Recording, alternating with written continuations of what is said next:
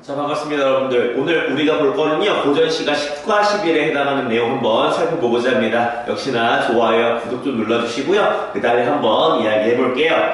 자, 75페이지에 보시게 되면 제비가라고 하는 작품이 들어가 있는데요.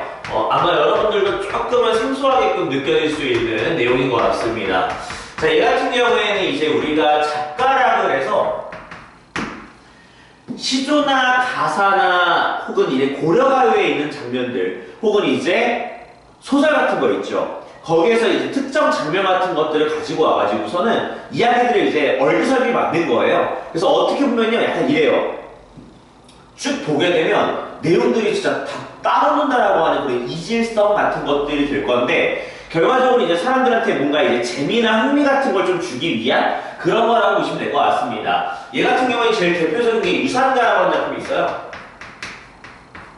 그래서 수특에도 굉장히 많이 소개가 되는 건데요. 솔직한 심정으로 선생님 입장에서는 작가는 나올 확률이 좀 없다고 보는 사람 중에 한 명이거든요. 근데 내신 때는 좀 다루기가 좋은 게 얘가 이제 표현 기법이나 이런 것들이 상대적으로 좀 많다 보니까 친구들한테 좀 정리하는 것을 요구할 수는 있어서 조금 필요들이 있어요. 아마 여러분들 그런 것만 좀 주의해서 읽어주시면요, 얘는 나쁘지 않게 읽어낼 수 있을 것 같거든요. 자, 선생님이랑 같이 한번 보도록 합시다. 조금 노잼일 수도 있겠지만 선생님 좀 정리해 드릴게요. 자, 일단은 첫 장면은요, 여러분한테 춘향가에 나오는 장면을 하나 떼어가지고서 얘기를 하려고 하는 것 같거든요. 한번 읽어볼게요. 자, 만첩산 중에 늙은 범이라고 되어 있죠. 자, 이 늙은 범은 그냥 이몽룡이라고 하셔도 뭐 크게 문제 없을 거예요, 아마 내용상. 자, 이몽룡이 이어서 살진 않게를 물어놔놓고 애라고 되어 있죠. 여기서 이제 살진 않게라고 되어 있는 것은 여러분들도 알겠지만은 이제 우리 춘향이를 얘기하는 상황이라고 되어 있고요. 그 다음에 이제 애라고 되어 있죠. 이제 이런 약간 감탄사 같은 느낌의 것들을 넣어가지고서 내용을 전개하는데요. 뭐라고 되어 있어? 어르고 노린다라고 되어 있죠. 그래서 이 장면은 아마 이몽룡이 춘향을 업으려고 하는 그런 상황인 것 같아요. 그렇죠? 자, 이어서 광풍의 낙엽처럼이라고 되어 있으니까 일단 직유법 들어가 있는 거 확인이 되었고요. 그 다음에 이어서 보게 되면 벽커 푸른 하늘에 둥둥 떠간다라고 얘기하면서 우리한테 음성상징어까지 활용을 해서 생동감 있게 그려내고 있는 거야. 그러니까 이런 것들을, 짜잘한 것들을 좀 물어보기가 좋아서 그런 거예요, 여러분들. 자, 이어서요. 일락서산에 해는 뚝 떨어져 월충동령에 달이 섰네라고 되어 있으면서 이 부분은 일종의 대꾸법인데 한자를 좀 하는 친구들의 입장에서 좀 패턴이 보일 것 같습니다. 일락서산은 해가 진다는 뜻이고요. 월충동령은 달이 떠오른다는 뜻이거든요. 그러니까 여기 내용을 보게 되면 여러분도 알겠지만 한자어로 쓰여진 것과 우리말이 서로가 같은 의미야. 그죠? 그래서 같은 의미의 것을 한자어로도 보여주고 우리말로도 보여준 거야. 약간 이런 것들을 좀 많이 쓴 게 작가 계열이에요. 얘 같은 경우에는 이제 약간 이건 있을 수는 있습니다. 이것도 이제 판소리나 이런 것도 좀 더 연구해보시면 아는데요. 한자어를 쓰는 이유는 알겠지만 이때 당시에 양반들도 많이 봤으니까. 자, 우리말을 쓰는 건 알겠지만 이제 평범한 사람들도 볼 수 있게끔 해야 되니까 이런 식으로 똑같은 말을 반복적으로 사용을 하는 것이죠. 그죠? 그래서 보통은 약간 우리가 이런 것들을 뭐 상투적인 표현이다, 뭐 이렇게도 표현하고요. 같은 의미의 말을 바꿨었다, 뭐 이렇게도 얘기할 수 있겠죠? 자, 이어서요. 만리창천의 응구가는 저 기러기라고 되어 있네요. 이 부분은 약간 이제 흥부가랑 좀 관련되어 있는 내용인 것 같은데요. 자, 다시 한번 읽어보겠습니다. 만리청산에 울고 가는 저 기러기라고 되어 있죠. 그치? 그래서 이 기러기라고 얘기하는 것은 결과적으로 자신의 욕망이나 이런 것들이 좌절된 상태를 얘기하는 것일 거고요. 자, 그 다음에 나오는 게 누구예요? 제비라고 하는 문제가 또 나옵니다. 그죠? 제비가 아닐까? 봐야 되겠죠? 제비를 후리러 나간다, 제비를 후리러 나간다라고 얘기하면서 반복법인데 제비를 후리러 나간다라고 보았을 때는 이거는 이제 제비를 뭔가 다리를 부러뜨리려고 하나 보죠? 읽어볼게요. 복희씨 맺은 그물을 두루쳐 메고서 나간다라고 되어 있어. 보니까 이제 이 제비를 잡으려고 하는 것 같아요. 이어서 망탄산으로 나간다 우이여 어허이라고 하면서 일종의 여운꾸라고도 얘기할 수가 있겠죠. 이런 것들을 사용해서 내용을 전개하고 있고요. 어이고 저 제비 너 어디로 달아나는가라고 얘기하면서 역시나 제비를 잡으려고 하는 상황을 우리가 확인해 볼 수가 있겠고요. 이어서 백운을 막차며 흑운을 무릅쓰고 반공 중에 높이 떠라고 되어 있죠. 이건 일종의 시각적인 이미지를 사용을 해서 제비의 역동적인 모습을 우리한테 보여주고 있음을 확인해 볼 수가 있고요. 이어서 우이여 어여이 어이고 달아나느냐 내 집으로 헐헐 다 오너라 라고 얘기하면서 일종의 음성상징어 이것도 활용을 했고요. 이거는 이제 제비라고 하는 존재가 우리 집에 왔으면 좋겠다라고 하는 걸 얘기하고 싶은 거겠죠. 됐나요? 이어서요. 양류상해라고 되어 있죠. 버드나무에 앉은 꾀꼬리 제비만 여겨 후린다. 아하 이에이 에헤이 에이야 너 어디로 가느냐. 이어서요.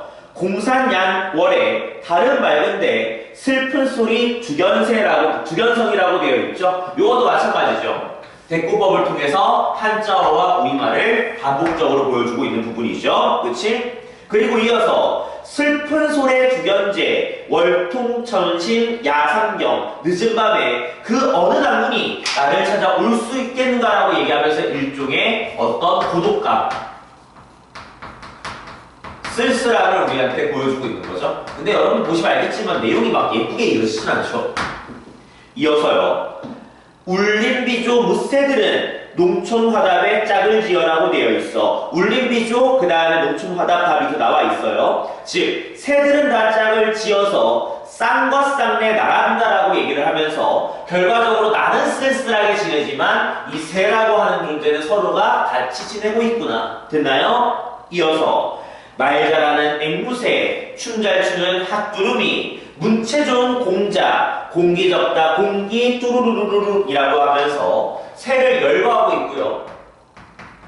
그 다음에 새소리를 일종의 음성상징어를 통해서 우리한테 강조를 하고 있다. 이 정도 생각해 볼 수 있겠네요. 조금 더 들어가봐. 숙궁의 적동 스르라니 후반새 나눠든다. 이것도 마찬가지 새 열거한 것이고요. 기러기 헐헐 다물새 떨렁 다 날아가고 제비만 다 어디로 달아나는가라고 얘기하면서 제비를 잡지 못한 것에 대한 안타까움으로 마무리가 되고 있는 것이죠. 왜 선생님이 시험 문제가 내기가 어려운지 이제 말씀 안 드려도 알겠죠? 근데 이런 식으로 내용이 약간 예쁘게 이어지는 게 아니라 그냥 뚝뚝뚝 떨어져 있는데 다루고 있는 내용들이 이런 것밖에 없으니까 내가 애매하죠. 그치? 근데 결론적으로는 여기 다루고 있는 모든 것들 이런 것들이 다 각자의 욕망이 좌절했다는 정도는 우리가 확인해 볼 수 있고요. 그거 이외에는 딱히 뭐 없는 것 같습니다. 요 정도면 된 것 같고요. 여러분들은 한 1번과 3번 정도만 해결해 보시면 나쁘지가 않을 거예요. 2번에는 이제 세타령이 나와 있는데요. 세타령이랑 이제 여기랑 한번 비교해보라는 내용이라서 선생님이 뭐 여기서 크게 얘기할 건 없을 것 같습니다. 요 정도 말씀드릴게요. 자, 이번엔 78페이지로 넘어가서 고전시가의 마지막으로 넘어갑시다. 자, 헌안설원의 기념안이라고 되어 있어요. 근데 여러분들이 적어도 헌안설원의 삶에 대해서 알고 있다고 한다면 뭐 이 부분 전혀 부담감이 없죠. 그치? 자, 그래서 자신의 어떤 삶에 대해서 한번 얘기할 건데 한번 읽어보도록 합시다. 자, 가에 있는 내용이야. 옛날이란 뜻이죠? 옛날에 놀던 길가에 초가지 짚고서 날마다 큰 강물을 바라만 본단다라고 얘기를 하면서 여기에서는 이제 우리한테 관찰하고 있는 게 강물이라고 하는 것을 알 수가 있는 것이죠. 그치? 자, 여기는 괜찮아. 넘어가. 거울에 새긴 난새는 혼자서 늙어가고라고 되어 있으니까 이거는 우리 시적화자의 처지라고도 얘기할 수가 있겠죠. 나 나이만 들어가고 있다는 거잖아요. 그치? 그래서 거울에 새긴 난새는 혼자서 늙어가고 꽃동삭의 나비도 가을 신세, 쓸쓸한 신세란다. 됐나요? 이어서 읽어보게 되면 쓸쓸한 모래밭에 기러기가 내리고 여기 밑줄 저녁비에 조각배울로 돌아온다라고 얘기하면서 여기서 조각배라고 얘기하는 것은 일종의 객관성화물이라고 얘기할 수도 있겠죠.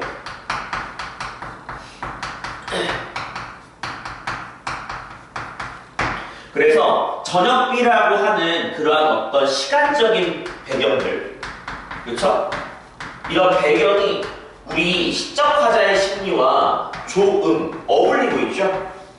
그치? 이 정도 생각해 볼 수 있고요. 마지막 두 줄 남았어요. 하룻밤 비단 창문에 닫긴 내 신세라고 되어 있으니까 나는 외부와 단절되어 있다라고 하는 것을 확인해 볼 수 있고, 마무리 어찌 옛적 놀이 옛날에 친구들과 놀던 것을 생각이나 할 수가 있겠는가라고 얘기를 하면서 자신의 처지에 대해서 한탄하는 것으로 귀결이 되고 있죠. 요 정도 파악하는 건 어렵지 않죠, 여러분들? 그쵸? 자, 여기 된 것 같고요. 자, 이제 나를 보시게 되면 시조가 하나가 들어가 있네요.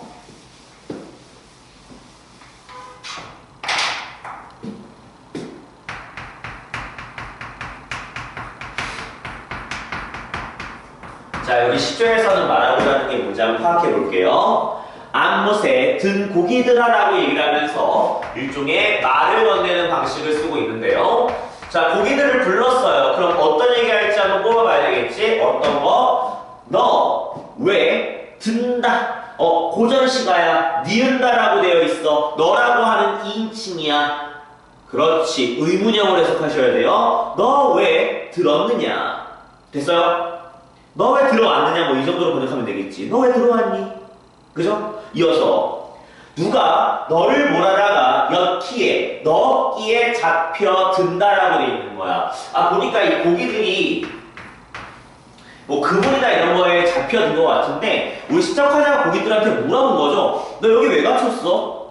누가 너를 여기다 몰아넣었니? 이렇게 얘기를 하는 거죠.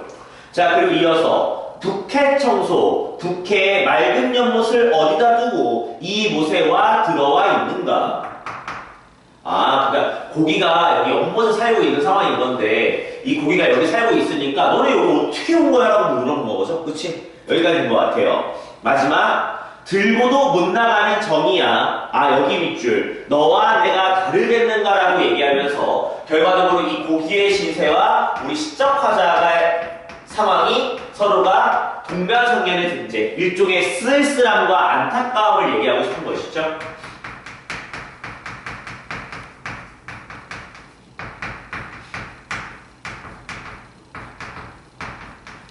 그치? 이런 것들을 얘기하고 싶었던 거였구나. 아, 그러니까 이제 우리 시적화자가 연못에 있는 고기를 관찰을 한 것 같아. 그치? 그래서 고기한테 말을 건넨 거야. 너 어떻게 여기에 들어온 거야? 누가 너를 여기다 넣은 거야? 아, 그렇게 북해 맑은 연못 이런 데도 있는데 너 여기 왜 와 있는 거야? 근데 생각해보니까 아, 너와 내가 별 차이가 없는 상태였구나 라고 얘기를 하고 있는 것이죠. 됐나요? 자, 좋습니다. 다행은 밥 내는 소리네요.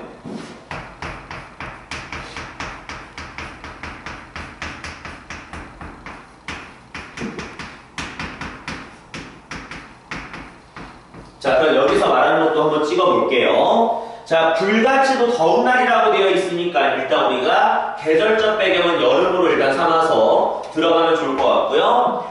매같이도 험한 밭을 한 골 메고 두 골 메고 삼세골을 메고 다니라고 얘기하면서 굉장히 고된 노동을 하고 있음을 우리가 확인해 볼 수도 있을 것 같습니다. 자, 이어서요. 땅이라고 내려다보니 먹물로 품은 듯하고 하늘을 쳐다보니 별이 총총 나왔구나라고 얘기를 하면서 굉장히 긴 시간 동안 일을 하였음을 우리가 확인해 볼 수가 있는 거야. 그러니까 내가 밤이 될 때까지 일했다라는 거죠. 그래서 거기서는 총총이라고 하는 음성상징어까지 사용을 해서 우리한테 전개하고 있는 상황인 거야. 이어서요. 행주치만 떨쳐있고 집이라고 돌아오니 시어머니 하신 말씀이라고 되어 있는 거 봤을 때 이거는 여성화자임을 우리가 확인해 볼 수가 있겠군요. 자, 시어머니 하시는 말씀. 아가야 며느라가 무슨 일로 그렇게 늦게 왔느냐라고 얘기를 하면서 이건 일종의 걱정이라고 해석하시는 게 좋을 것 같아요. 근데 안타까운 게 있죠. 여기 밑줄 친정어머니 죽었다고 두고 왔다라고 얘기하면서 일종의 여성화자의 어머니의 죽음을 다루고 있는 것이었군요. 그래서 시어머니의 말을 통해서 어머니가 죽었다라고 하는 것이 확정이 된 거죠. 결과는 뭐지? 안타까운 정서겠죠. 아니 일만 그렇게 열심히 했는데 뭐 없고 어머니 돌아가시고 됐어요? 자 읽어볼게. 아이고 답답 울 얼마요 엄마요 살아생전 못 본 얼굴이라고 되어 있죠. 여러분들도 알겠지만 옛날에는 이제 한 번 시집 가게 되면 부모님 얼굴 뵙기가 좀 어려웠어요. 이어서 뒷세상이라고 얘기하게 되면 알겠지만 저승 얘기하는 거겠죠. 뒷세상에서나 보려 했더니 하마 벌써 여기 밑줄 행산길로 가는군요 라고 얘기하면서 어머니의 죽음을 다시 한번 강조하고 있죠. 32 행산구나 말을 건네는 방식이겠지.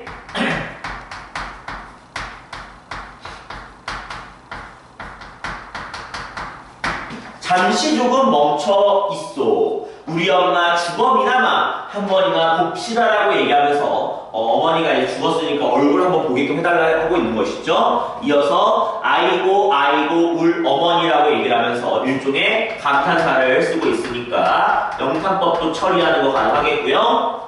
들은 채도 아니하고 상둥꾼 환척길로 가는구나라고 얘기하면서 어머니의 죽음에 대한 안타까움이 물씬 나는 것이죠. 그래서 여러분들이 이런 내용들이 들어가 있으니까요. 한번 확인해 보시고 넘어가는 게 좋지 않을까 싶습니다. 그래서 여기서는 그나마 대상이 죽었다라고 할 수 있는 건 이거인 것 같고요. 나머지 것들은 보면 알겠지만 다 쓸쓸함과 관련된 것들인데 여러분들이 이런 것들을 좀 잘 정리하면 좋을 것 같습니다.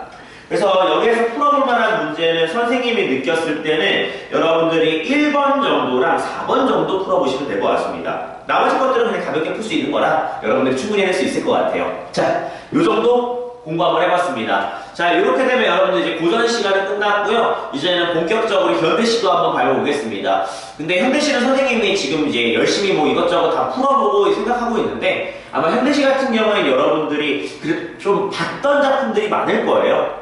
여기서 봤던 작품의 기준은 학교 수업 열심히 듣고 그 다음에 학력평가 기출 같은 거 좀 풀어본 친구들의 입장에서는 되게 아는 작품 많이 나올 거니까요. 이것보다는 좀 더 수월하게 갈 것 같아요. 그래서 선생님이 최대한 필요한 것들 위주로 싹싹 정리할 수 있도록 하도록 하겠습니다. 자, 오늘 영상 여기까지 해서 마무리 지을 거고요. 역시나 좋아요, 구독 좀 눌러주시면 좋을 것 같고요. 특히 형광에서 보는 친구들도 되게 많아서 감사하게 생각하고 있습니다. 그래서 우리가 조금 더 열심히 공부를 해서 올해 원하는 목표 꼭 잡도록 하고 그 다음에 또 원하는 것들 있으면 선생님이 더 할 수 있도록 노력 한번 해보겠습니다. 자, 고생들 했고요. 다음에 또 만날게요. 안녕.